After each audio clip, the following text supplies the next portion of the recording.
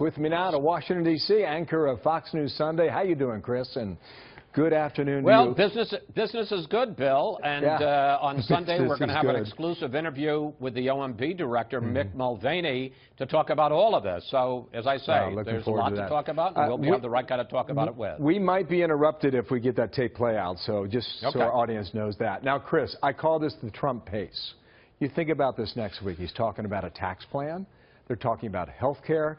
And the one thing you must get done next week is the spending bill. How's this going to go? Well, you know, it's so interesting because let's review the last 15 minutes on your show. You had the Trump tweet where he said, you know, this ridiculous standard of 100 days, and I know some of the media is going to, quote, kill me. If it's so ridiculous, why is he racing so hard to try to get all this stuff jammed into this week?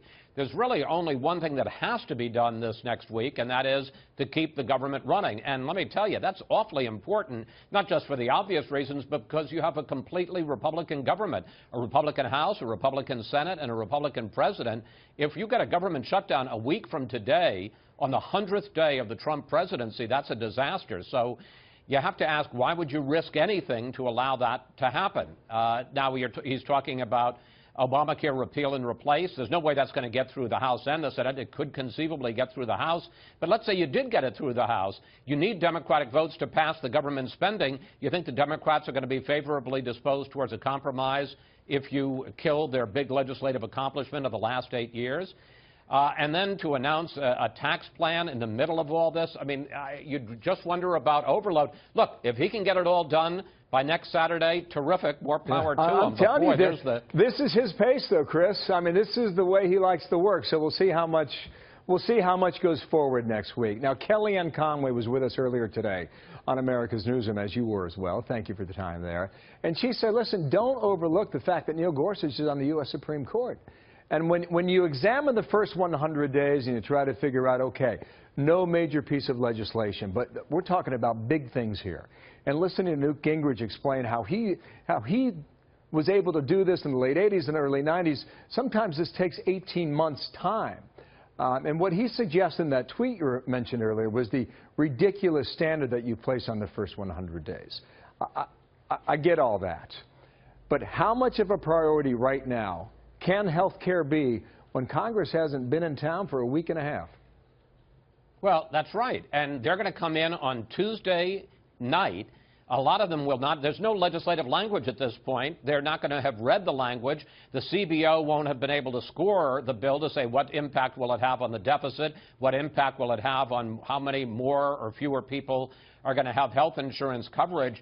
I mean, isn't this what Republicans railed about on Obamacare back in 2010? The idea that, you know, they had this 2,000-page bill and you had to read it to find out what's in it.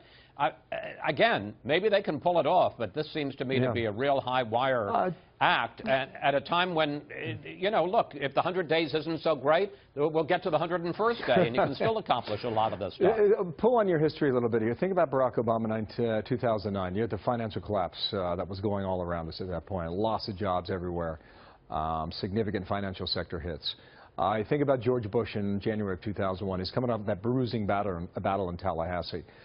Think about Bill Clinton, January of 1993, three-way race that he prevails over. Did they apply the first 100 days in the same way that we're looking at it now?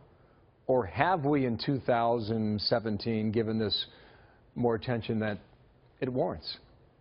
No.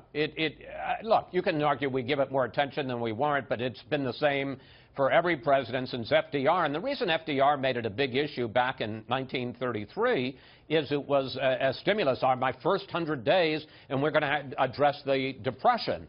And so presidents have used it since then to try to get things through. To take the example of Barack Obama, in his first month as president, he had passed the big economic stimulus package. He had passed a bill to have pay equity in the workplace, and also the expansion of the children's health insurance program. So it's not unfair to Donald Trump to say, what have you done for us? Kellyanne Conway's exactly right. Nominating and confirming a Supreme Court person is a big deal. A Supreme Court justice is a big deal. But in terms of legislative bills, at this point, the president doesn't have a single one. And he will be marked down on that. On the other hand, it seems to me, it